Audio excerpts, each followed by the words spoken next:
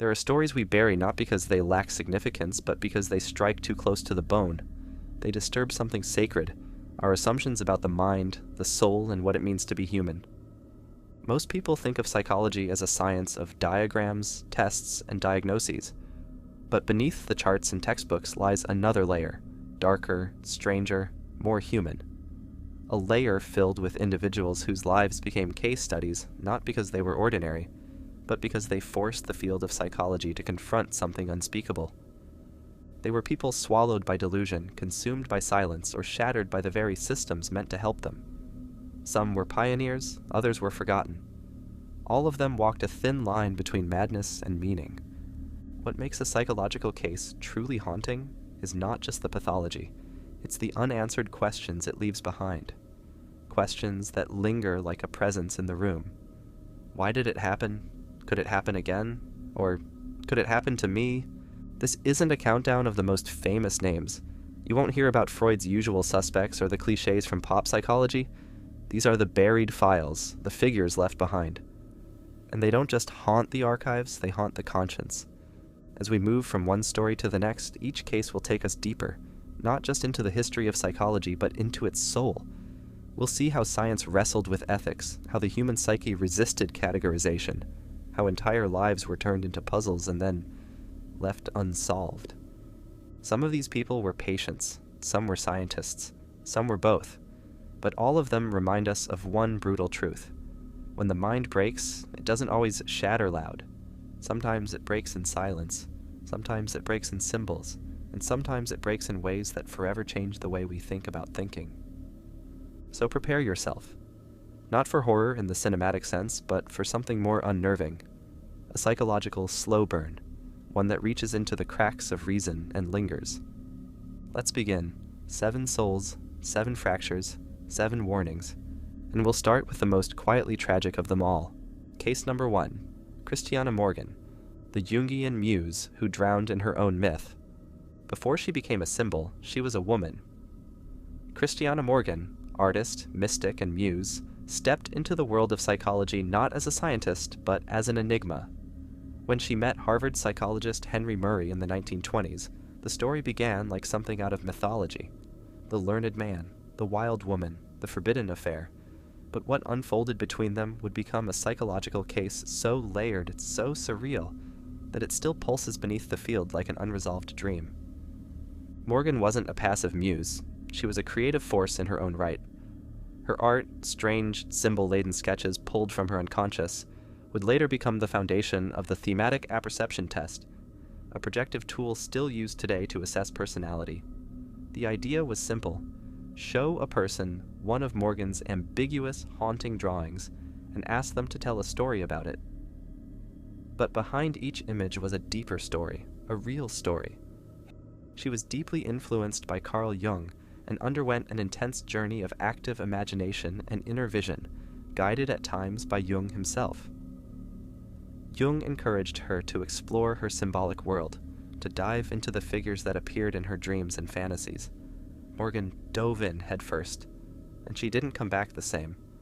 What made Christiana Morgan so haunting wasn't just her descent into psychosis, but how deliberate that descent seemed.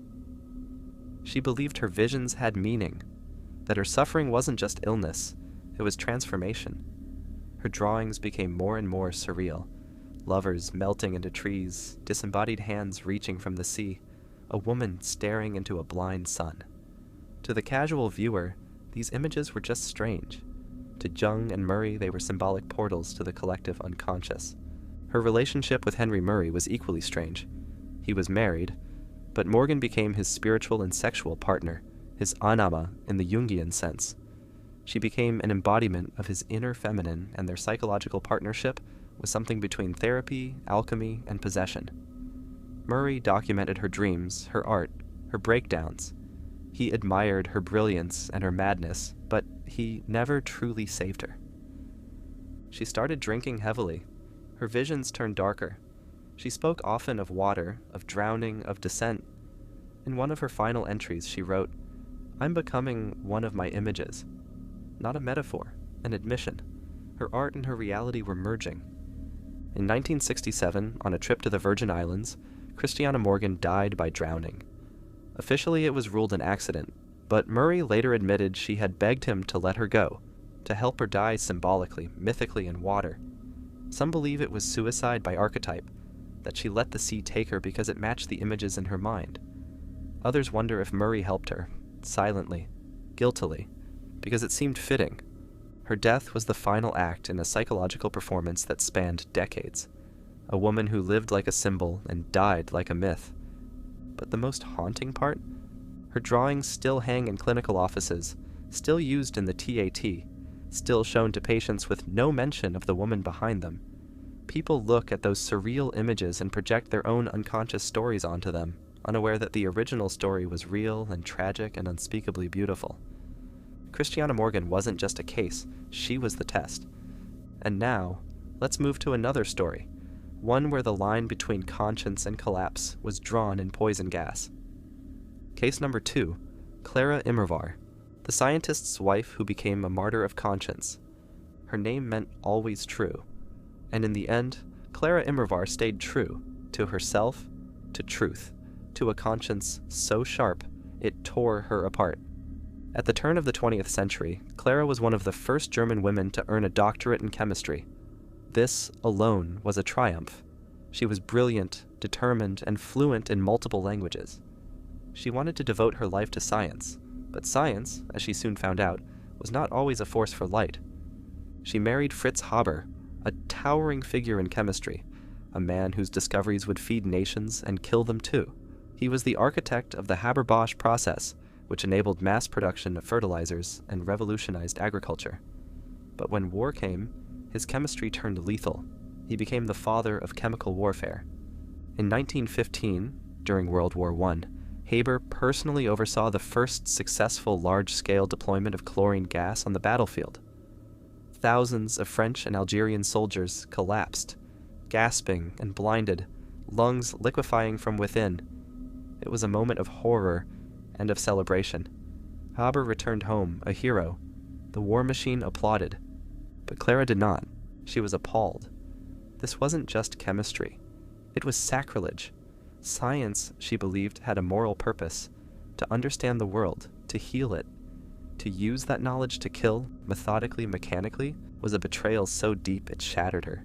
They argued constantly. She accused him not just of creating death, but of abandoning every principle they once shared. He dismissed her objections, called her naive, accused her of emotional hysteria, the classic dismissal of a woman's moral clarity. The marriage, already strained, descended into silence and fury. On May 2nd, 1915, just days after his triumphant return from the battlefield, Clara took his military pistol and shot herself in the chest. Their teenage son was the first to find her. She died in the garden. Haber, undeterred, left the next morning to supervise another gas attack. Some historians paint her suicide as domestic despair, but others see something deeper. Clara was not a broken wife. She was a scientist who realized the monstrous shadow of her own field. She was surrounded by men who worshipped progress but ignored its consequences, and when she stood up to say, "This is wrong," no one listened. Her act was not just personal, it was prophetic, a symbolic refusal, a martyrdom of the moral imagination. In her death, she became a ghost that still haunts the scientific world, the ghost of unintended consequences, of knowledge unmoored from ethics. Today, Fritz Haber is remembered with both praise and revulsion. His name is etched into scientific history. Clara's is nearly forgotten. But perhaps that's the most haunting thing of all, how quickly the conscience is erased when it disrupts the machinery of power. And so we leave behind the war fields of Europe and descend into a quieter kind of horror. A boy with too many selves, a mind that fractured before it could form. Let's talk about Louis Vivet. Case number 3, Louis Vivet, the forgotten pioneer of multiple personality disorder. Before Freud, before Sybil, before the DSM knew what to name it, there was a boy in France who split into pieces to survive. His name was Louis Vivet, and he was one of the first documented cases of what we now call dissociative identity disorder, though in his time they simply called him fascinating. Born in 1863 to a life already cursed, Louis was unwanted from the beginning. His mother was a sex worker, His early childhood was marked by neglect, abandonment, and the kind of invisible traumas that crush a forming psyche. By age 8, he was already in trouble, thieving, running away, institutionalized by 10. But the real fracture came at 17. While working in a vineyard, Louis was bitten by a viper. The trauma was severe. He went into convulsions and paralysis, and when he recovered, he was no longer just Louis. He had no memory of his past crimes. His posture, speech, and mannerisms were different. Even his handwriting changed. Doctors were baffled. Over the next few years, they documented the emergence of over 10 distinct personalities. Some intelligent, some childlike, some criminal, some paralyzed, others able-bodied. One could play chess, another could not read, one was left-handed, another... Right. This wasn't acting.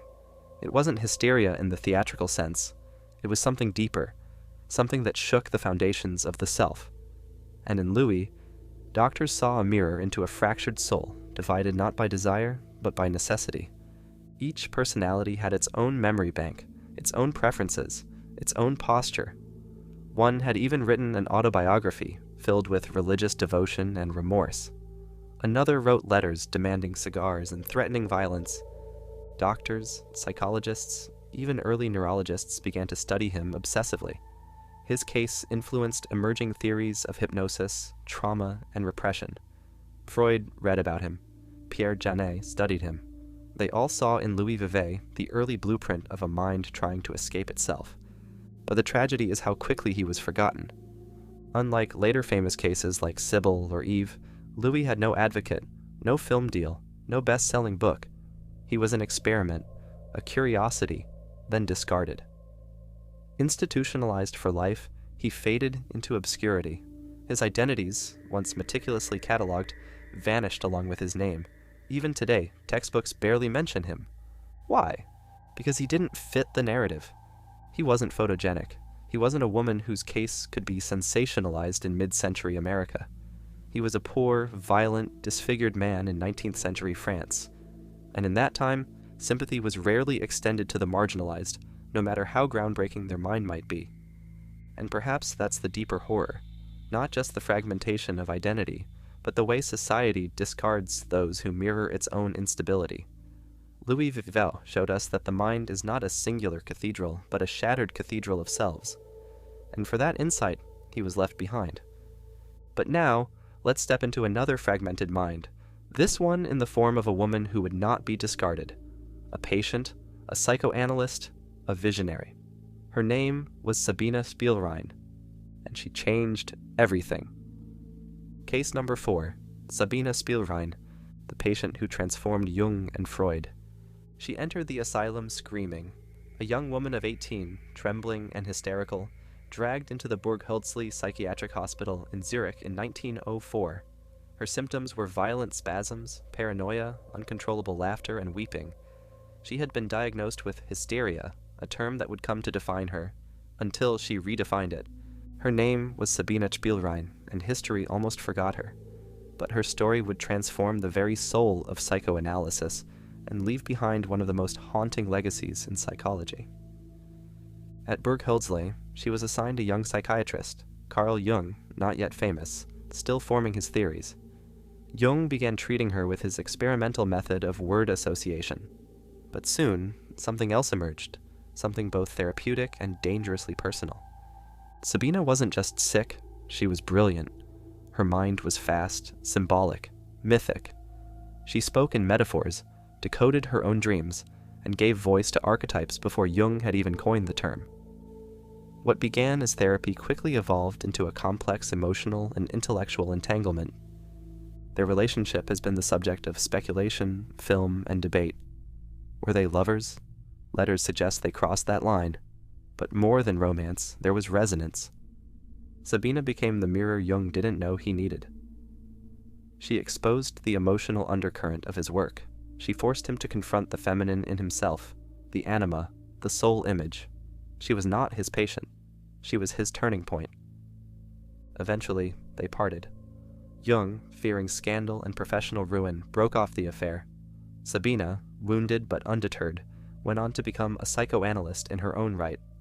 She studied under Freud, corresponded with Piaget, and developed ideas that predated both men.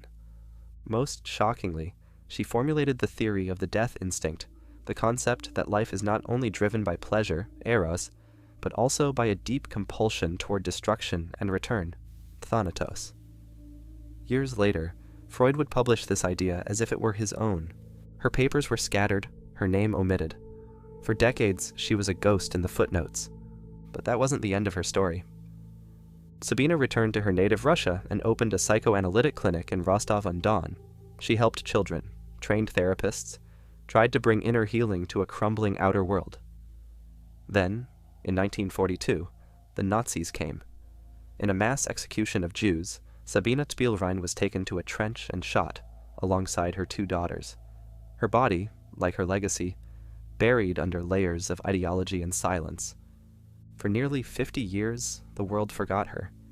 Only in the 1980s were her letters and journals discovered, revealing the true scope of her influence on Jung and Freud alike. Sabina was not a footnote, she was the fuse. She brought fire into the minds of 2 of the most influential thinkers of the 20th century and paid for it with obscurity and death. And now, as we move deeper into the most disturbing cases of psychological history, we come to someone who never had the chance to develop a voice, because it was taken from her before she could speak. Her name is Genie Wiley, and her case is one of the most tragic stories of human isolation ever documented. Case number 5, Genie Wiley, the child kept in total isolation for 13 years. When social workers entered the suburban home in Arcadia, California in 1970, they weren't prepared for what they found. A pale, underdeveloped girl stood before them, crouched, hands held like claws, making faint animal noises.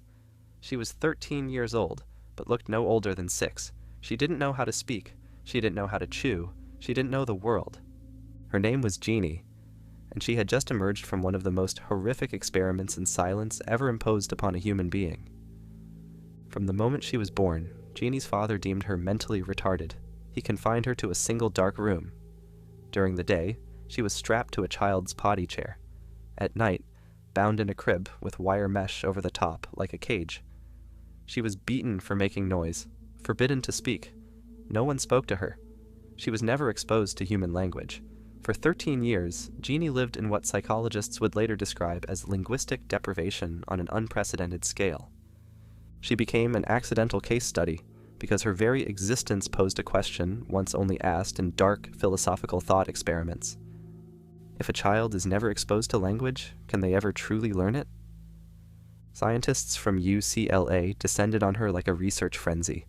Linguists, psychologists, neurologists, all fascinated. Genie became a living Rosetta Stone for studying language acquisition. She showed glimpses of rapid learning. She learned words. She learned how to point, to express emotions, to identify colors. But grammar, the deep syntax of human speech, remained elusive. Noam Chomsky had theorized about a critical period for language, a window in early childhood when the brain is primed for linguistic development. Miss it, and the window closes forever. Genie became the living proof. Her brain had not built the pathways for full grammatical speech. She had missed the train to linguistic adulthood, and no amount of effort could bring it back. But worse than the scientific implications was what happened next. After years of being observed, videotaped, tested, and questioned, Genie was passed from one caretaker to another. The research money dried up, the headlines faded, the scientists disappeared. And once again, she was abandoned. Today, Genie lives in anonymity, in a private care facility somewhere in California. Her story is sealed behind legal and ethical barriers. No new footage, no interviews, just a silence more haunting than the first. Genie Wiley wasn't just an experiment in language. She was an experiment in how the human spirit survives or doesn't in the vacuum of connection. In a world of noise, she became the embodiment of absence, a child raised without the world. And yet, what if the world built in her absence was filled with myth? That brings us to our next case, the most famous patient in the history of psychoanalysis, the woman who gave birth to the talking cure, but whose story was rewritten by the very men she trusted. Her name was Anna, but history forgot her real name. Bertha Pappenheim. and what Freud never told you about her is terrifying. Case number 6. Anna, the talking cure Freud never told the truth about. The story begins like a legend. A young woman suffering from paralysis, hallucinations, mutism, and bouts of dissociation sits across from her doctor. As she begins to speak, just speak, her symptoms begin to disappear. This moment, this exchange, would become the foundation of psychoanalysis, the beginning of the talking cure. Her name was Anna O, or so the textbook said. In reality, her name was Bertha Pappenheim, and her story was far darker, far stranger, and far more manipulated than Freud ever admitted. Bertha was treated not by Freud himself, but by his mentor and colleague Joseph Breuer. In the early 1880s, Breuer began documenting her case, her convulsions, her hallucinations of snakes and skeletons, her strange dual consciousness. Bertha would sometimes speak in different voices, switch personalities, and forget large swathes of her day.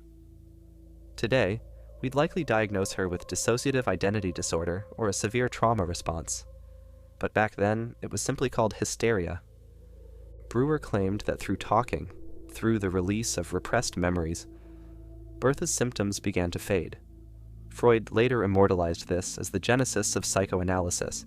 He called it the cathartic method, the idea that unspoken trauma, once voiced, loses its power.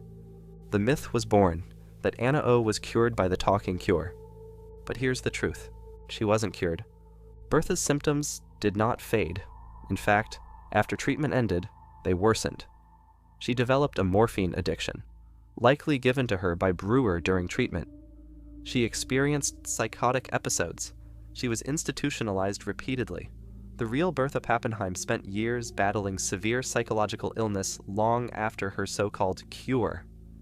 And Freud knew this. He wrote about Anna O as a success story, even while admitting in private that the treatment had failed. But he couldn't let the myth collapse. The talking cure had become the cornerstone of psychoanalysis, and Bertha Pappenheim had to remain its martyr saint, even if it meant erasing the truth of her life. But Bertha didn't disappear.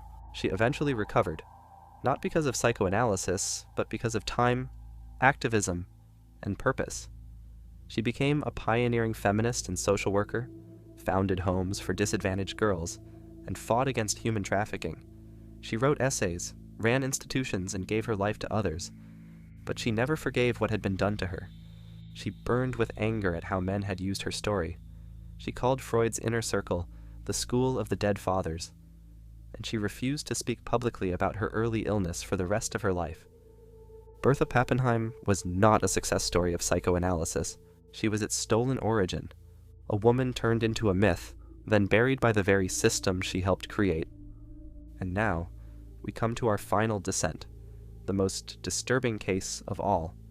A man whose mind unraveled into a cosmic vision of delusion so vast it captured the attention of Freud, Jung, theologians, mystics, and scholars for over a century. His name was Daniel Paul Schreber, and he believed God was turning him into a woman to redeem the world. Case number 7. Daniel Paul Schreber, the judge who believed God was turning him into a woman. At first glance, Daniel Paul Schreber was the pinnacle of societal success. He was a respected judge in 19th century Germany, educated, disciplined, rational, the kind of man society trusts to interpret its laws. But deep beneath the surface, something ancient stirred, something not content to remain dormant. Because Schreber began hearing voices, not metaphorically, literally, whispered phrases in unknown languages, divine utterances. At first, he believed he was being persecuted by secret enemies, that people on the streets were mocking him with hidden messages. But soon, these illusions bloomed into full psychosis. He began to believe that God himself was communicating with him, and that God had a plan to transform Schreber into a woman so that he could be impregnated by divine rays and give birth to a new, purified human race. Let that sink in. A respected judge, reduced to the trembling belief that he was the cosmic womb of humanity's redemption. What makes this case so haunting isn't just the extremity of the delusion, it's the sheer structure of it. The madness was detailed, coherent in its own logic, constructed like a theological system. Schreber's mind didn't simply fracture, it built an entire metaphysical universe out of the pieces. He called it nerves language, a divine system of vibrations by which God communicated. He described invisible rays that entered his body, reshaping his organs, feminizing his soul. His identity unraveled, reassembled, dissolved again. He was man, woman, Messiah, and sacrificial lamb, held together only by the gravity of madness. Doctors diagnosed him with paranoid schizophrenia, but Freud and Jung saw something deeper.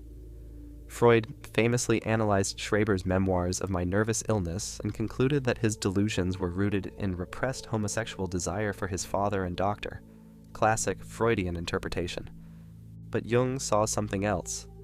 To Jung, Schreber's visions weren't just illness, they were symbols, archetypes from the collective unconscious erupting into consciousness through a fragile psyche, the feminine transformation, a distorted individuation, the divine communication, a chaotic version of the numinous. In Jung's eyes, Schreber wasn't merely insane, he was undergoing a mythic breakdown, a psychic alchemical process that had failed to integrate. The terrifying beauty of Schreber's memoir is that it doesn't read like nonsense. It reads like scripture.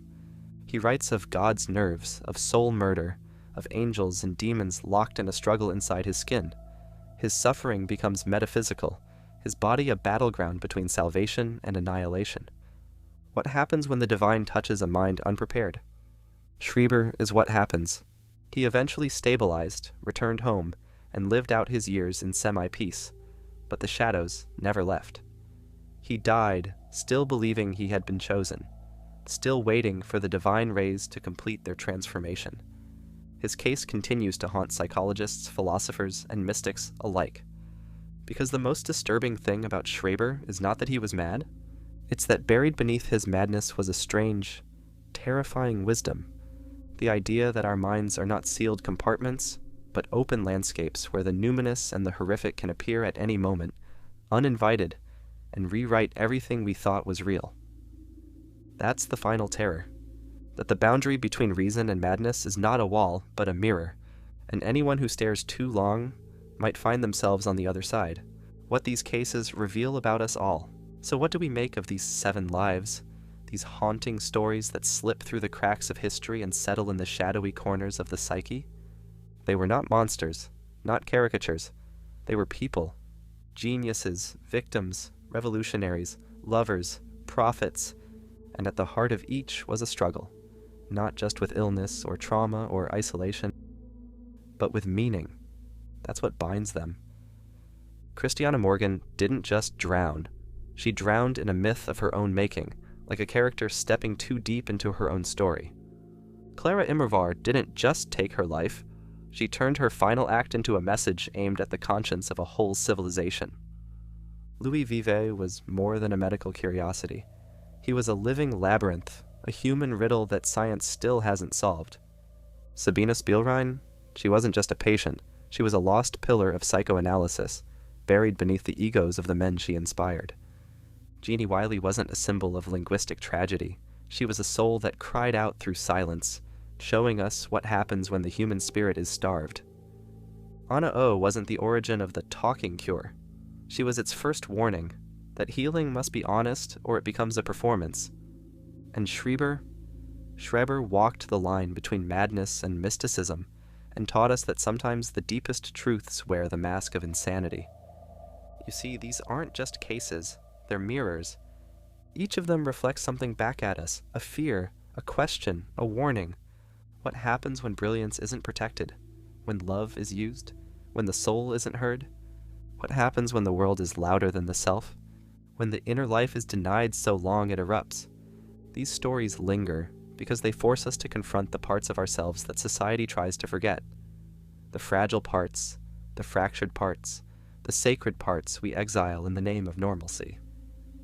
But maybe that's what these people came to remind us, that the line between sanity and madness, genius and ruin, is not just thin, it's alive. That inside every one of us lives a myth-maker, a rebel, a wounded child, a mystic, and that ignoring these inner voices doesn't make them go away. It just lets them grow louder in the dark, So let this be more than a parade of strange stories. Let it be a quiet awakening. Because the most haunting cases aren't always in the textbooks. They're in the things we refuse to look at until they become us.